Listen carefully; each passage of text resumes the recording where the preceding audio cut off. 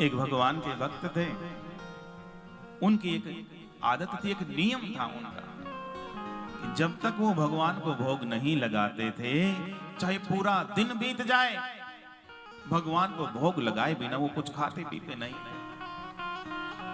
एक दिन कुछ काम धंधे में ऐसे उलझ गए कि प्रसादी तैयार की, लेकिन भगवान को भोग लगाना भूल गए। भूल क्या गए? ये सब लीला मेरे ठाकुर जी ही करवाते हैं, हमारा मस्तिष्क किसकी कृपा से चल रहा है? उस परम पिता परमात्मा की कृपा से चल। नहीं तो एक पेच ढीला हो जाए साहब, फिर कहेंगे बस ये तो इसकी गिरारी फेल हो गई, बोलते ना ऐसे, इसका पेच ढीला है, बोल देते हैं ऐसे। क्या कि भगवान ने उधर से अपनी कृपा हटा ली। प्रत्येक शरीर के अंग पर, प्रत्येक अंग पर भगवान की कृपा है। अवस्था बूढ़ी हो जाती है तो एक आंख चली जाती है, एक आंख की रोशनी चली जाती है। इसका मतलब क्या है कि भगवान ने अपनी शक्ति उस आंख से हटा ली, इसलिए अब वो केवल चमड़ी रह गई, निरर्थक हो गई। वो जहां से भगवान अपनी कृपा हटा लेते हैं, वो वस्तु फिर किसी काम की नहीं रह जाती है। तो उस व्यक्ति ने भोजन प्रसाद बनाई, लेकिन भगवान ने ऐसी लीला की कि वो भोग लगाना भूल गए। भोग लगाना भूल गए और बैठ गए आसन पर। प्रसाद की थाली सामने रखी है, भोजन सामने रखा है। एक फल तोड़ा, एक ग्रास तोड़ा, कवल को लेकर के मुंह में डाला।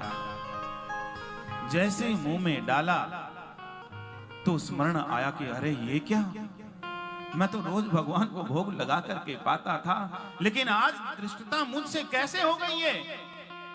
मैं कैसे अपने प्रभु को भूल सकता हूं? वो ग्रास मुंह में ही रखा है, अंदर नहीं गया, और सोच रहा है कि मुझसे बड़ा दुष्ट कोई नहीं है।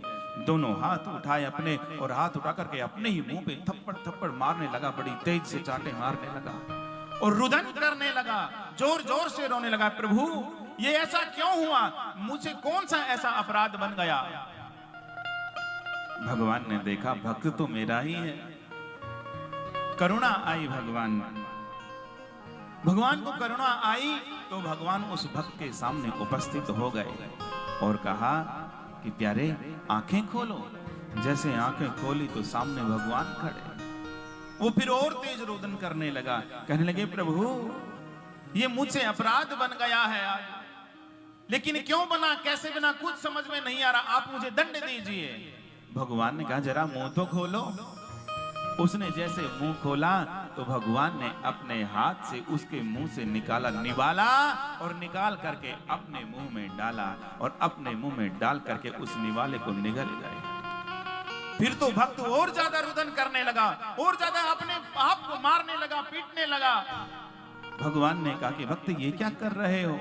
कहने लगे प्रभु मैं बड़ा दुष्ट हूं, मेरा झूठा आपने खा लिया, मैंने अपना झूठा आपको खिला दिया, अपने आंसू को पहुंचाने के लिए, अपने मन को बहलाने के लिए। भगवान ने कहा तो फिर क्या हुआ?